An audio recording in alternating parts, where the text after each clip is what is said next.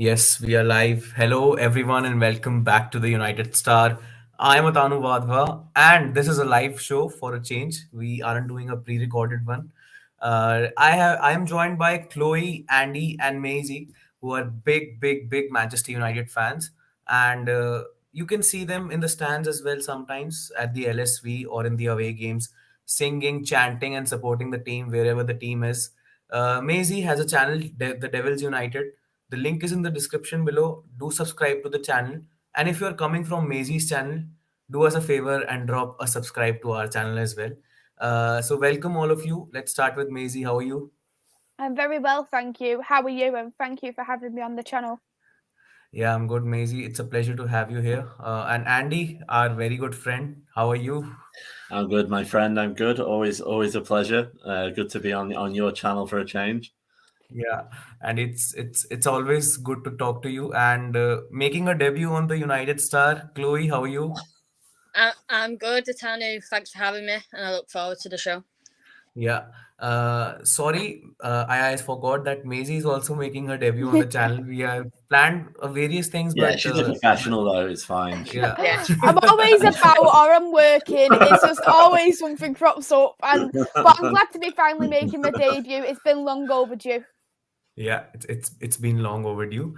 So guys, let's just talk about the last game, the Arsenal game. It ended in a 1-1 draw. I think there were times when we could have scored. There were times when we should have created more. But with Aoife Mannion injured, I think Skinner didn't want to start with a creative midfield. He went with Lad and Zelim. Zelim, of course, is a specialist when it comes to set pieces and long balls. But we needed that extra figure while defending, while we were off possession. So I think that's the reason why he didn't start Jackie Cronin and Wilde Borisa, because Diane Caldwell and Thoris Daughter were starting for the first time together. But yeah, it was a 1-1 draw, a very good pass from Miedema for a certain Swedish striker whose name I don't know, because RSB is better than their SB. So let's start with Andy. Andy, what were your thoughts about the Arsenal draw? Oh, just about got over that now, haven't I? No, it was.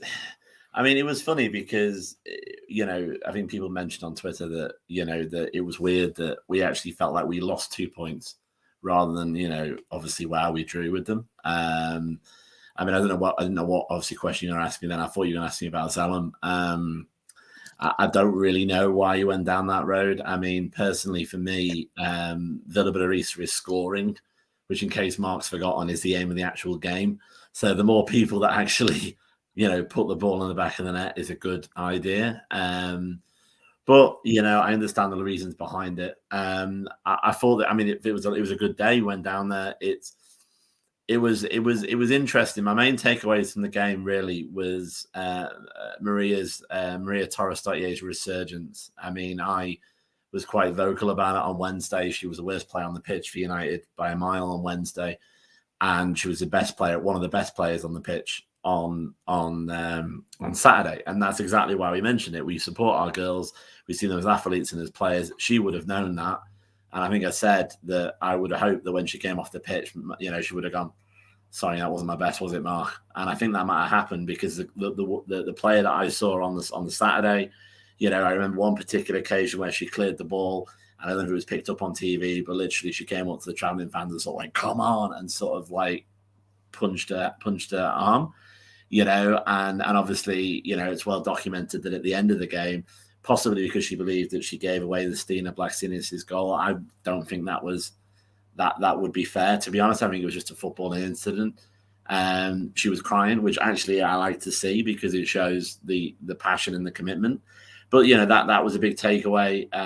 Diane Caldwell, we made up the song about crunching tackles, really just because it rhymed, but it's blooming accurate. That's the strange thing about it. She does really throw some pretty tough tackles in. So we have to keep an eye on that, maybe with some weaker refs going forward. But again, brilliant performance. And obviously another goal from Russo. So I think every time Leslie plays Arsenal now, she's going to think, well, I can beat them. I know we didn't beat them. We drew, but and then obviously we beat them in the Conti. But I think it's that kind of mentality and that conscious like belief that we've got against Arsenal because we have beat them now that was lacking against Chelsea.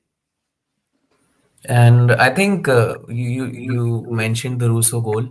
Alessia Russo scoring from a KT Zellem corner, KT Zellem set piece, and the fans were, the fans were right there behind the goal.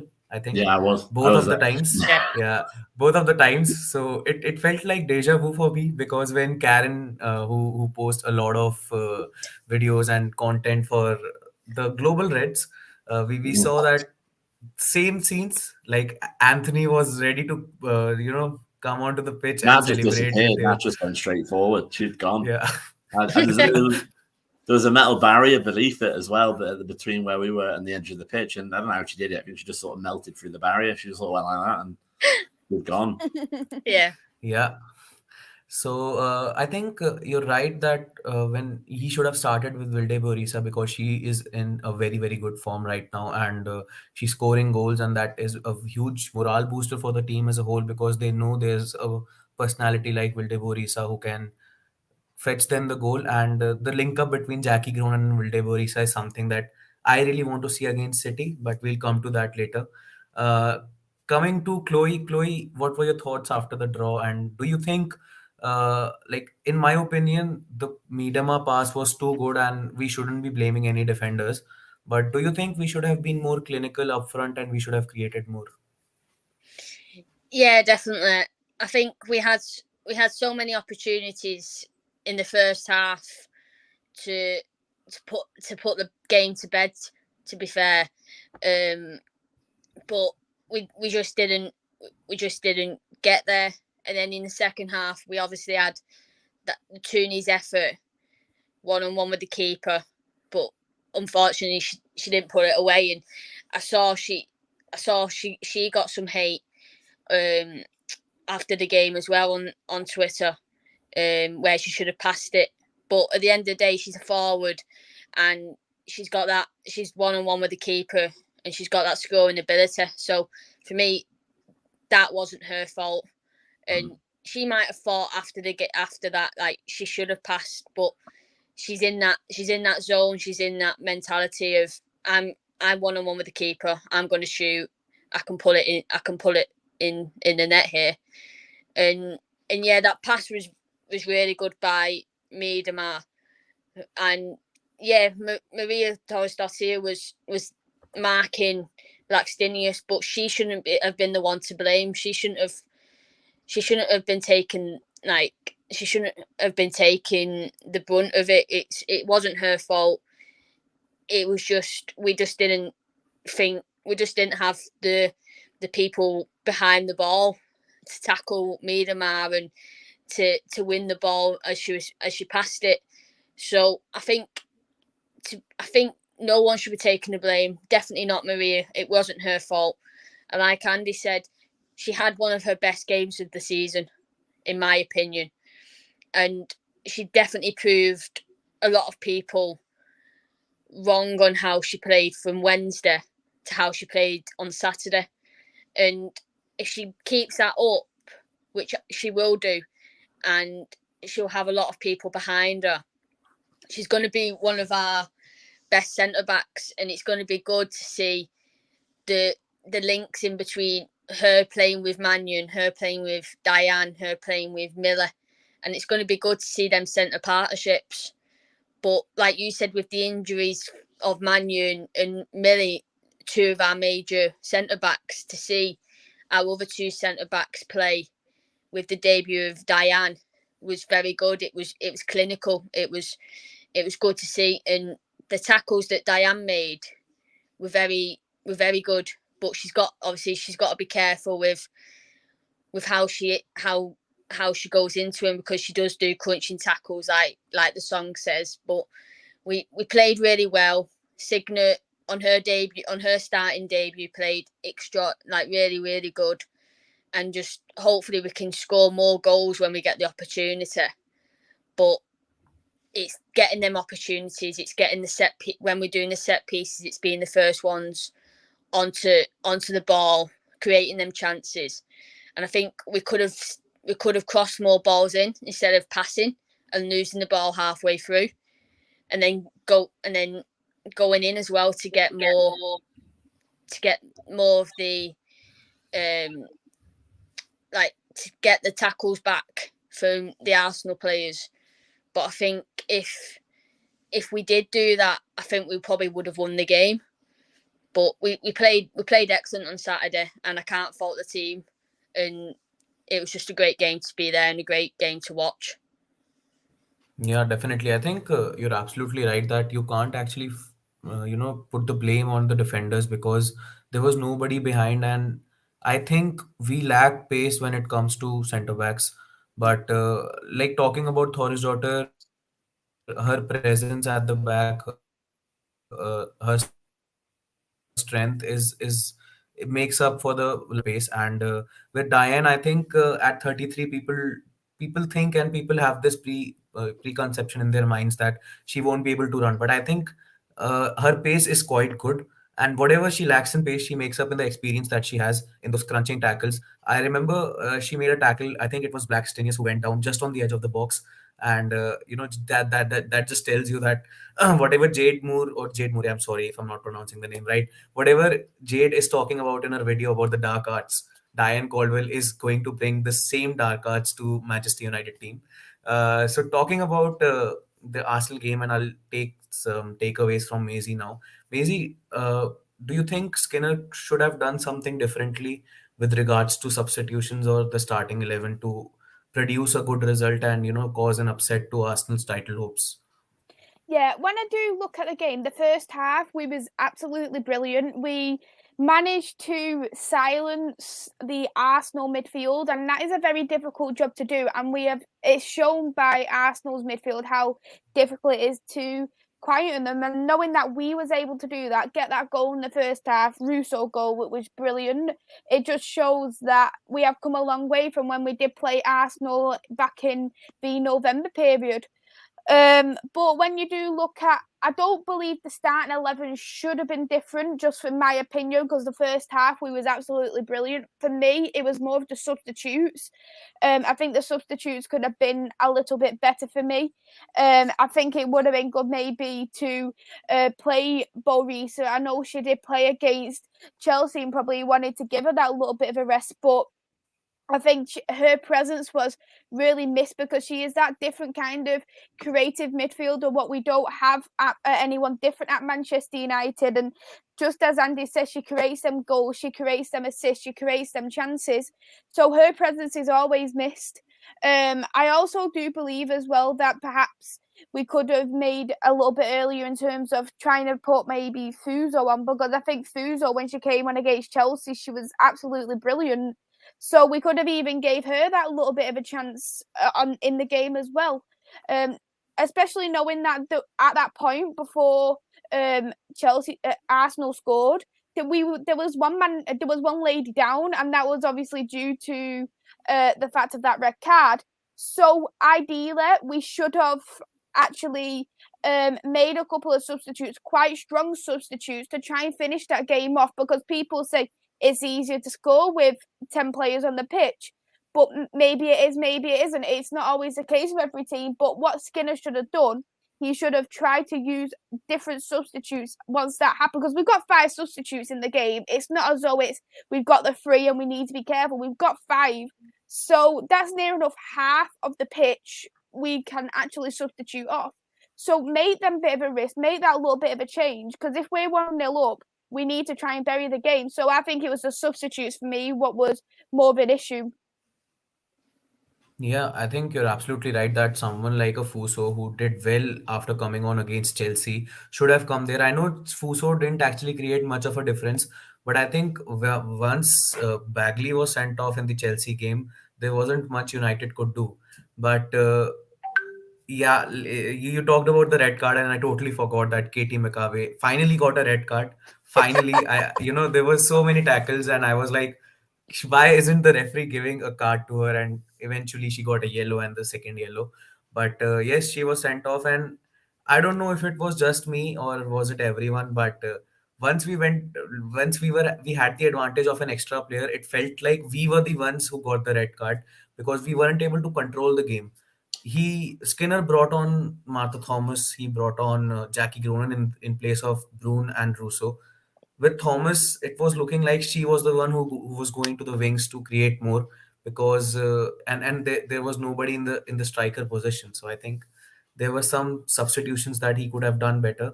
Chloe, who would you have brought on if you were Skinner? I'd have brought on Bolorisa. Mm. Because I think she could have made that impact. She would have shot, like, she would have just shot in from anywhere, because she's that person where she can score, and she can cross as well. She's that technical player that we need every game, whether it be starting, whether it be her coming on off the bench. But I think for me it would be Bolorisa. Yeah, Borisa, another good shout. Fuso, another good shout. I think he shouldn't have subbed off Brune and Russo together. He should have waited a while and did his substitutions on time. It's.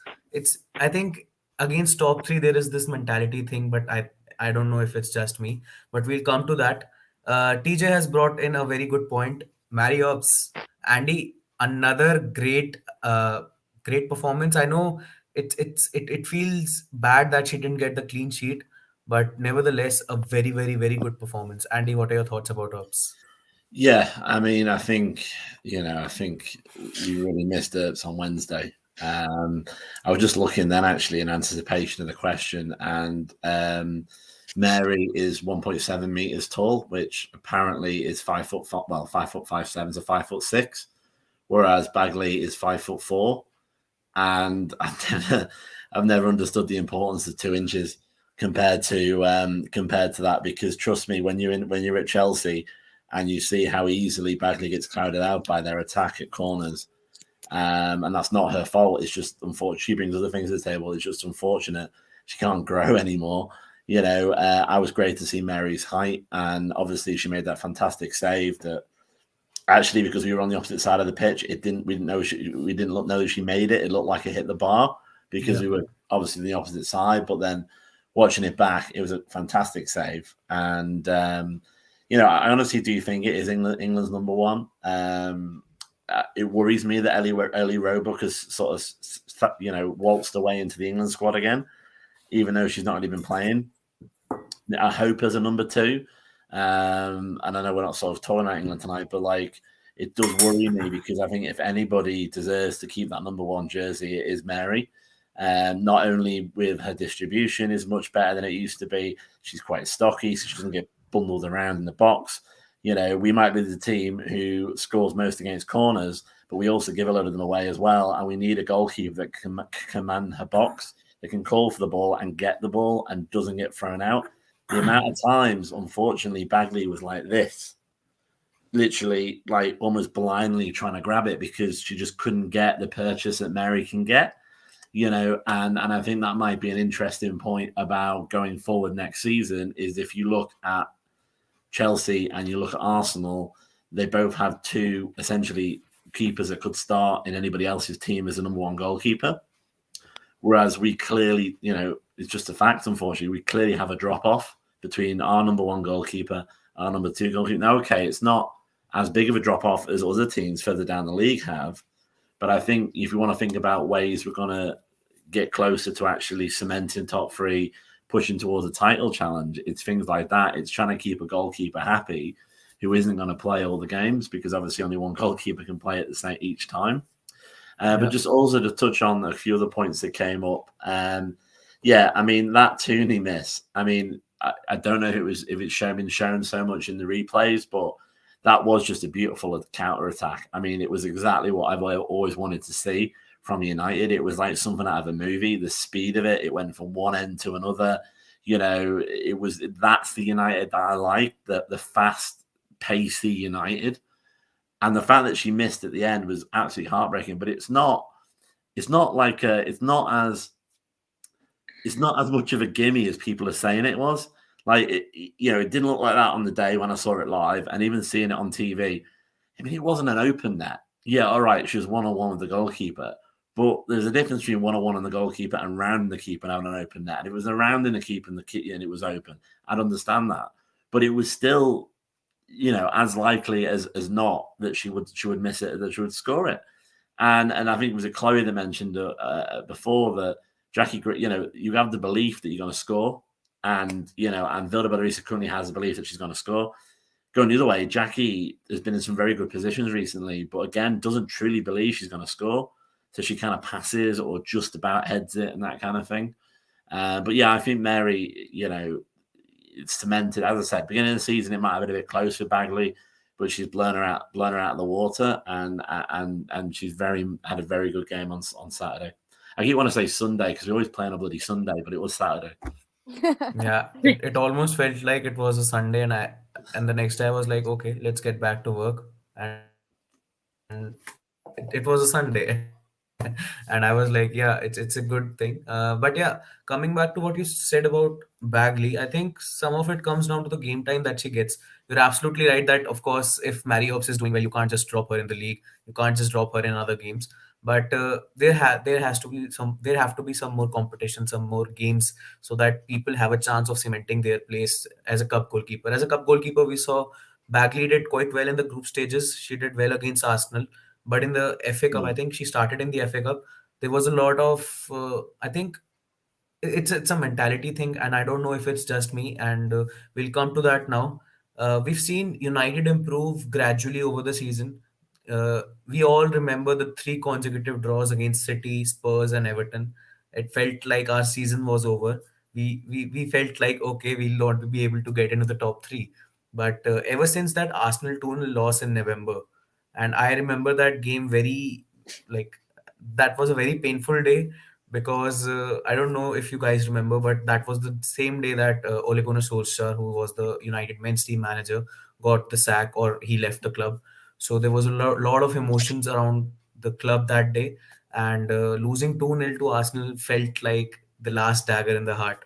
But the way we have improved ever since, it just tells you that the hard work, Skinner, Martin Ho, Ian Willock, and everybody in the backroom staff, all the players have put in on the training pitch. And I think uh, we deserve that 7 game winning streak, and we are still unbeaten in the league. But I would have loved to see us get that 10 game winning streak, but it's just a streak at the end of the day. We've improved quite a lot, but there's this mentality thing against top teams. Like this season, we've faced Arsenal twice, or I think we've faced them thrice now. One draw, one loss in November, and one win in the Conti Cup. Against Chelsea, we have faced them twice, both of them resulting in losses. City, we are going to face them, I think, 4 times. We've already faced them 2 times now. Yeah. One was a draw, 2-2 draw. Courtesy of the FA. Again, down to 10 players and conceding a goal.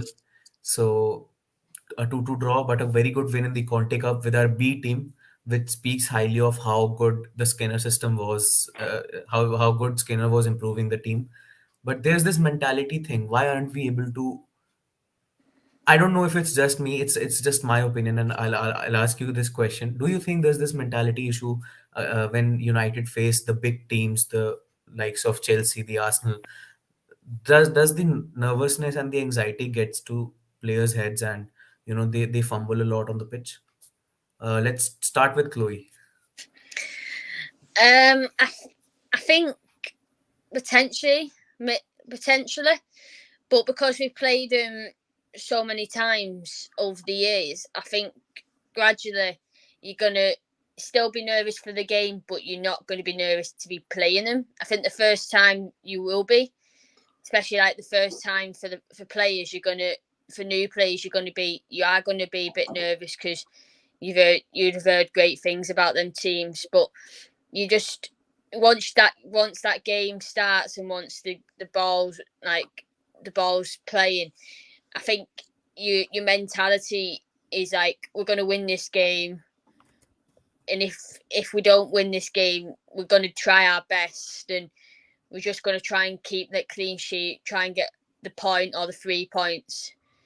But it's it's that mentality of the players every season that it's either you go above where you've played them a couple of times last season, you lost, you drew, right, we need to win now.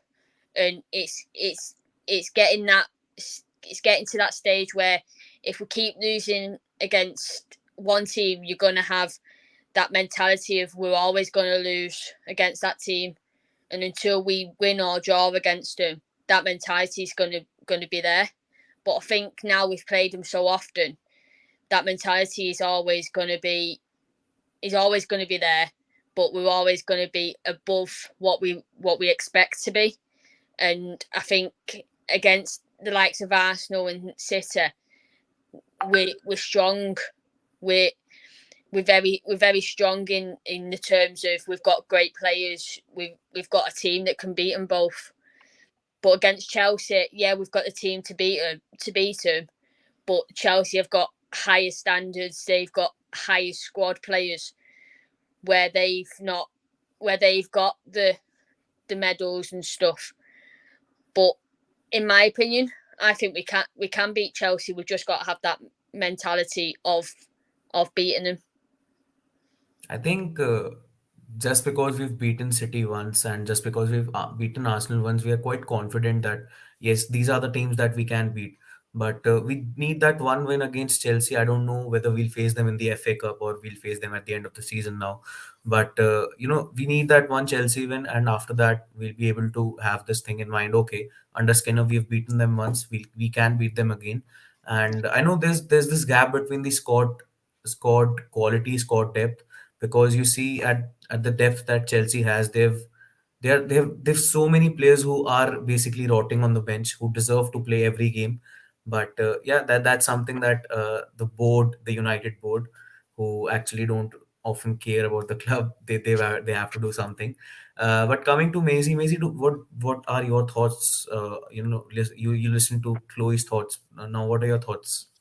I do definitely agree with Chloe, to be honest. I think there is definitely that mentality there. I think there's that little bit of nervousness before the game to think, right, this is a big team here. Like Arsenal in the past, like they've won these trophies. Manchester City, they've won trophies, and look at Chelsea at the moment. They're one of the best teams in the league. They've got into the Champions League final. So I think it's always going to have that little bit of nervousness before a game to think, are we going to do this? Are we not?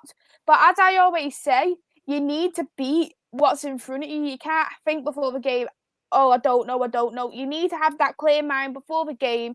Look at the opposition team and say, right, these are just 11 individuals. My team has got 11 individuals. We work together. We can do this. And our squad, it is a very strong squad. It's proved that we've won against Manchester. We've not even lost against Manchester City this season. We've lost one game out of 3 against Arsenal this season. So to look at that, that is quite good considering. So we've picked up, if, for example, there was based off points, we've picked up 4 points in Manchester City, the same as Arsenal. So just in them games alone, we have picked up 8 points overall. So you look at that and think that's a really good achievement. But I do think that perhaps maybe they need to look a little bit more into detail about Chelsea to think, what is it about Chelsea what they come into and think like crumble sometimes in the game? Is that because of the squad that Chelsea has got? Because they've got players like the Sam Kerrs, the Frank Kirby's. Is it because they've got these players with these kind of names to say these are two of the best players in the world? Or is it just the fact that Emma Hayes drills their training in so much into them to think I could beat every single team? But with that squad we have got, we need to look at it. We can win any game we can. Whatever team we got in front of us, we can win that. Yeah, absolutely. When you mentioned Emma Hayes, I was looking at Andy. So let's I talk was a looking lot. about the corner of my eye as well because I know Andy absolutely loves Emma Hayes.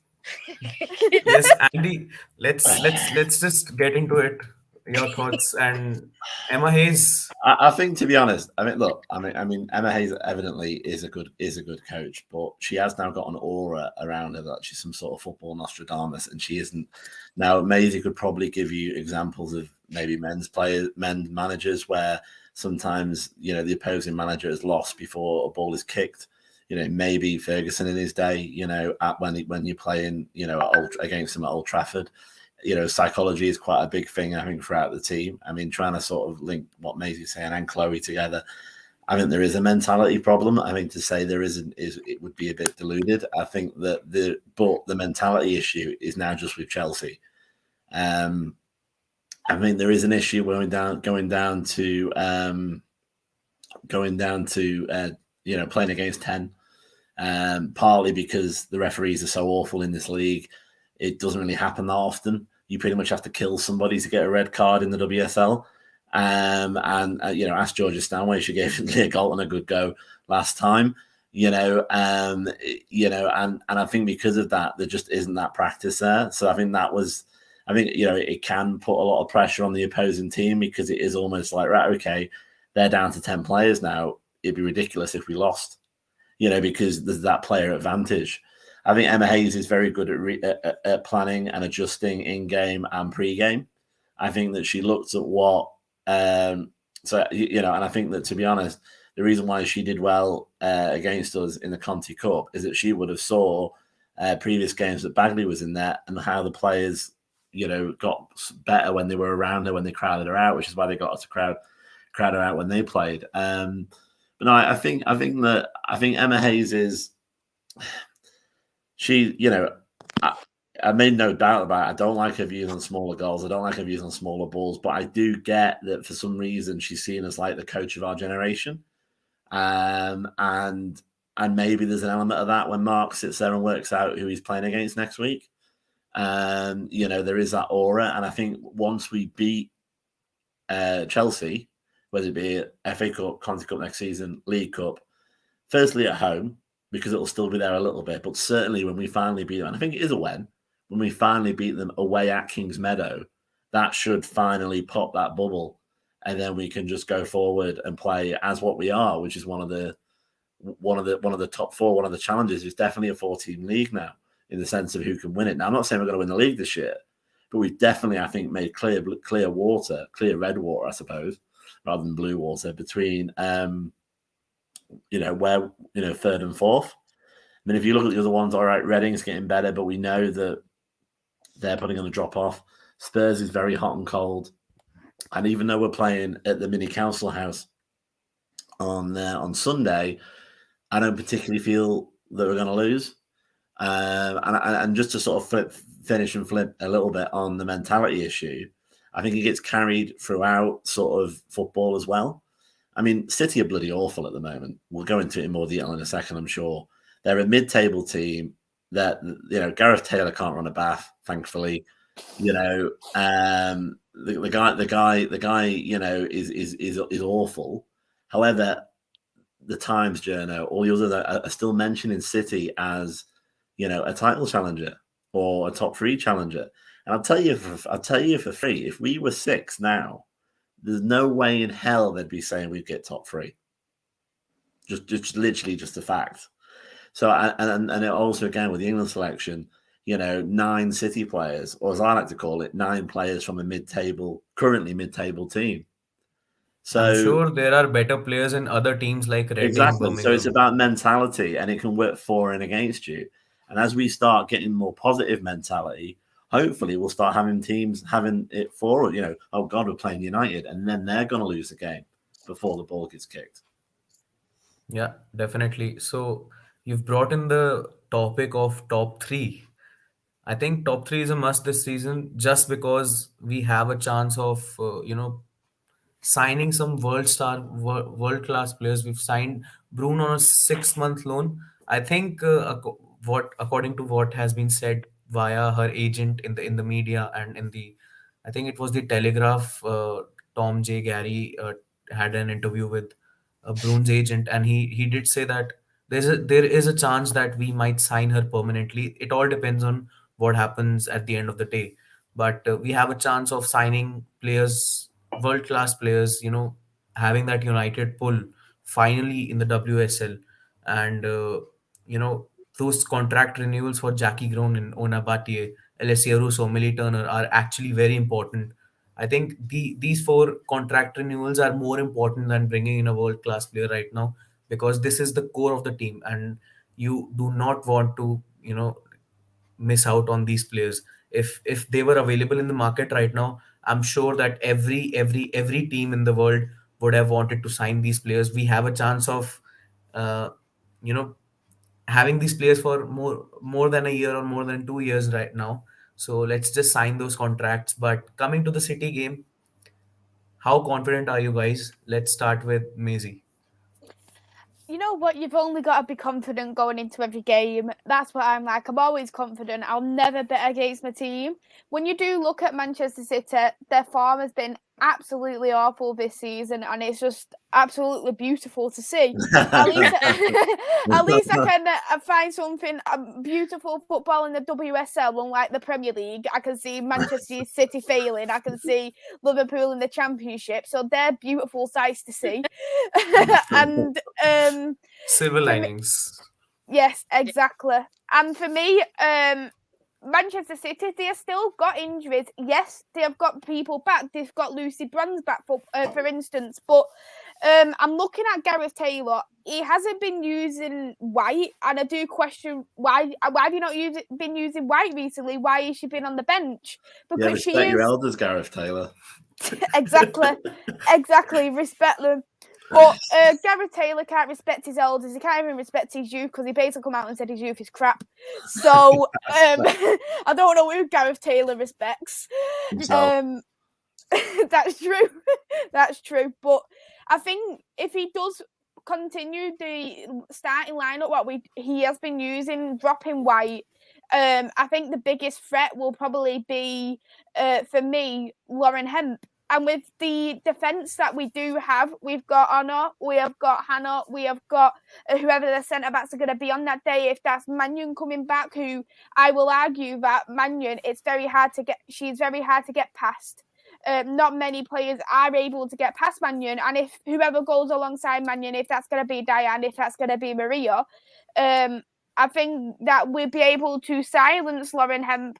So I am extremely confident coming into this game, and I think if we do win this game, it does definitely determine for me more for top three, because I think if we draw or lose, it opens a lot more opportunities for the Manchester City. It even opens opportunities slightly for Reading as well, and Tottenham. Yeah, I think the best thing would be going 8 points ahead of City right now. They'll be sixth, I think. I think they're sixth or either seventh. I don't remember. But watching them below Reading, and Reading fighting for that fourth spot would be. It's like music to my ears right now. Seeing City struggle, but TJ actually brings in a good point that uh, yeah, it's all banter at the end of the day, but they do have the talent. At the end of the day, they do have players like him, they do have players like Khadija Shaw who can make the difference. But we've signed Sydney Brune, man. I mean, Sydney Brune, she alone can score 3 4 goals against that City defense. I'm very confident in United's attack that they'll be able to they'll be able to do everything possible against that City defense, because I don't rate that City defense a lot just because Lucy Bronze has won the Ballon d'Or, or the best award. Doesn't mean that she is the best fullback in the league. The best fullback is still Ona Battier of Manchester United. Uh, so I think City is a tricky game, because if we drop points and Spurs do win their game, we'll be fourth. So that's something that we have to avoid, because we won't get a better chance than this to get into the top three. Chloe, coming to you, it's the derby. It's a big game, but do you think playing them again and again in the season? I think this will be our third game, if I'm not wrong. This will be our third game. Is it is it removing the essence of the Manchester derby that we Manchester United fans have heard of so many times in men's football and women's football as well? I think I think it's a yes and there's a no, because you're always going to have that atmosphere for Derby Day. There's always going to be the United fans against the City fans, but the number of times we keep playing them, that atmosphere, it's just not going to be the same as playing them home and away. If you're playing them, say, 3 times at home, like it has been now, because we've played them at home in the league, in the Conti Cup, and now we're playing at home in the FA Cup. It's going to be that balance of why is the atmosphere not as big as when it was first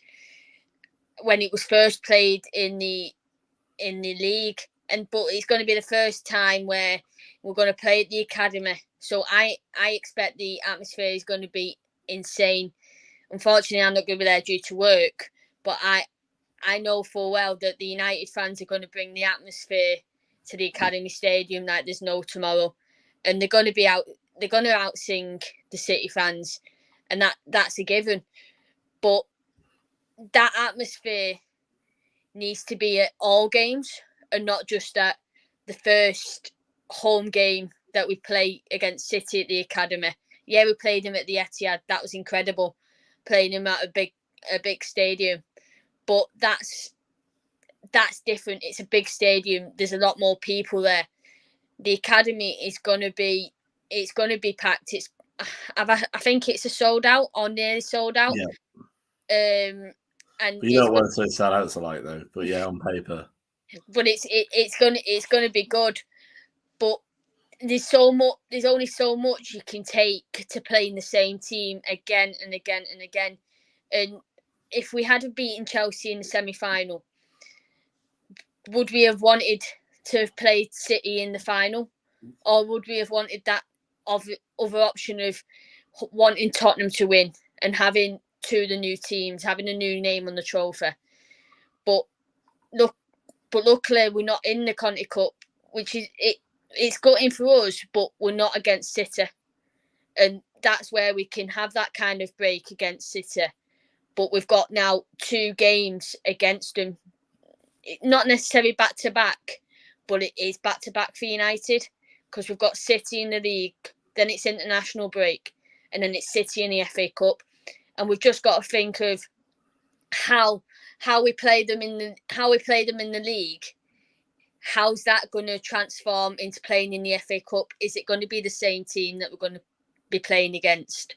Is it going to be the same team we're going to use? But that atmosphere is going to be the same. The United fans will always bring the atmosphere, and I just think if we can keep that up, it's going to be great. But the amount of times we've played City this year, it's ridiculous. Yeah, and we still have a game in the FA Cup, and who knows? And I mean, of course, we won't be able to play City more than 4 times this season. But I think if we had won the Conte Cup Chelsea game, and City eventually won the Spurs game, the Conte Cup final would have happened after the FA Cup fourth round or fifth round, I think, and 3 consecutive City games. In my opinion, it just takes out the essence of the Manchester derby, the Manchester derby. But coming to Andy sold out according to Manchester United away. Like there's 2 issues there. Issues there, because City wouldn't give a bigger allocation than one little block in their tiny little stadium to United fans. Then that sold out very quickly. So United had to put a sold out sticker up when in reality it wasn't. I think obviously credit to the supporters club that have pointed out where we were, and obviously making it clear that if we're in West Stand 7, which we are, then there's West Stand 6. So essentially if we all got there, then it's still just one big, and I think there's a lot of that's gone on. So you will see a bit of more of a sprinkling of United support. I was just referring more to also when you saw the game this weekend at Chelsea, where it was a sellout, but half the stadium was empty. Well, half the stand was empty because of COVID, whatever that means. Even though the stand was, half used. But anyway, but yeah, on paper, if you look at City's website at the minute, as at this morning, I believe, you've sort of had one seat left in one of the stands, and then just half on each side where they can stand, half behind the goal. So on paper, it should be full, which, to be fair, will be good for such a small stadium. It will give an atmosphere. Just to pick up some of the points that Chloe was just saying there as well. Couldn't agree more, really. I think last season, and the season when we're in the first season of the WSL, the FA has been trying to get City derbies as often as possible. I love pizza, but I don't want it every single day of the week. But that's sort of on one side of things. On the other side, if you actually were at the games, or if you listen to hear us on TV, the majority of our more edgy chants involve City. We hate, basically saying things about City and Bertie's and various different things. So we're always going to have that edge, and there will be a great atmosphere, mainly brought by United fans. And we are expecting issues from City in relation to being there, and I think that we will definitely push the girls along. I worry about the FA Cup, if I'm honest, because even though Gareth Taylor can't run the bath, he might have time to study for a couple of weeks. And it's always bad when you play, even in more knockout games where you have leg one, leg two. It's you've got the best kind of film because you've got film of literally playing them previously, so you can make so many adjustments for the second game. So I would say, and I hope I'm wrong because I think we could beat them, both of them, but I would say that if we beat them at the mini Etihad, the Academy Stadium, it unfortunately makes it slightly less likely we'll beat them again in the FA Cup. But I think we can beat them again. But I would take that if needed. I think the league has to be our focus this year. We have to get over the line to Champions League to retain people like Ona Bajé, to retain people like Jackie Groenen, and also to get your Bruns over the line as well. I do worry if Brun doesn't score in the next couple of games, that's going to become a psychological thing, a little bit like Sam Kerr when she first came over to the WSL. I mean, we all know how good she is, but there was that question. I know this because we used to slate Chelsea fans about it, until they made that first goal. So I think one of the priorities needs to be hopefully get in a situation where Brun scores, and I think that can happen. Yeah, I'd love to see Brune score, but even if she doesn't, we know the hard work that she puts in. The all the other work except assists and goals that she does is equally commendable. But we are coming to the end of the show. Thank you so much for everyone who's joined us till now. Please press on the bell icon if you do not want to miss any updates in the future. Subscribe to Maisy's channel as well and subscribe to our channel as well. So the last question, guys, I'm very appreciative of all the fans who go to the stadiums, and I love the atmosphere. But let's start with Chloe. Chloe, what's your favorite chant? What's your favorite player chant? You have to Oh, sing it as well. no. Yeah. That's a bit rough. Atanu. Atanu! You put me on the spot here. Atanu, that's a bit rough, isn't it? I know it's mid. What time is it over there at the minute? What time is it? 12:35. Yeah, I know. I know you're a little bit, Uh, well, now you've put me on the spot. Come That- back to me. yeah, it's harsh. Go on, Maisy. I know you're not bothered. Are you singing? I only sing in the shower and that's it. Hey, All right, I'll tell you what. Here we go. You start us off, Atanu. Show us where it goes. What's your favourite chant that you like us to do? And you sing it, and then we'll do it. It's the guest first of all, but I also want some time because Maisie, go on. It might take a I while. think I'm on. You know what? Right, without sounding all professional, it depends. If you're angry, it can literally be something as simple as attack. If you're kind of just like having a bit of a laugh, it can be the Jackie Groenen chant. It honestly Come does on, sing depend. it. It obviously Sing it, does Andy. depend. That's Sing like it, sing about it. six. That's about 6 hours long. Okay, I'll sing the one that Ella Toon has sung All right, a you do few that, days and I'll back. have a go trying to Yeah. remember now. Now you put me on the spot. Jackie's chant, go on. Yeah. And she did it for the Sky Sports interview. Yeah. Woke up this morning feeling fine. Got Man United on my mind. Skinner's playing the way that United should. Oh yeah. Something tells me that I'm onto something good. Okay, guys. Yeah, Fair play, the you know what? Fair ears are play. bleeding. I think ears are bleeding right now. But No, it wasn't. nevertheless, It was better than I thought it was going to be. yeah. Oh, okay. All right, go on. I'll do. You've thrown the gauntlet down now, haven't you? I'm trying to remember. He's It's a long bloody. It's a long thing. It's just too long. Right. Okay. When I saw you, Jackie, you swept me off my feet. I just can't get enough. I just can't get enough. When I saw you, Jackie, we sent 10,000 tweets. I just can't get enough. I just can't get enough. We get excited when we fall in love, and I just can't seem to get enough of Jackie Gronan. There you go. Yes, Sandy, very good. Jesus. So Chloe or Right. Maisy, who would like to go first? oh, oh God. I apologize first of all to put you under the spot, but You I really want to do put us under something the spot fun. here, aren't you? We're Yeah. trying to remember the lyrics. This is what it is, because you take a lead, because a lot of international fans wonder. You see all these Americans on YouTube. How do they all know the words? But it's because you hear it a little bit, a few seconds before.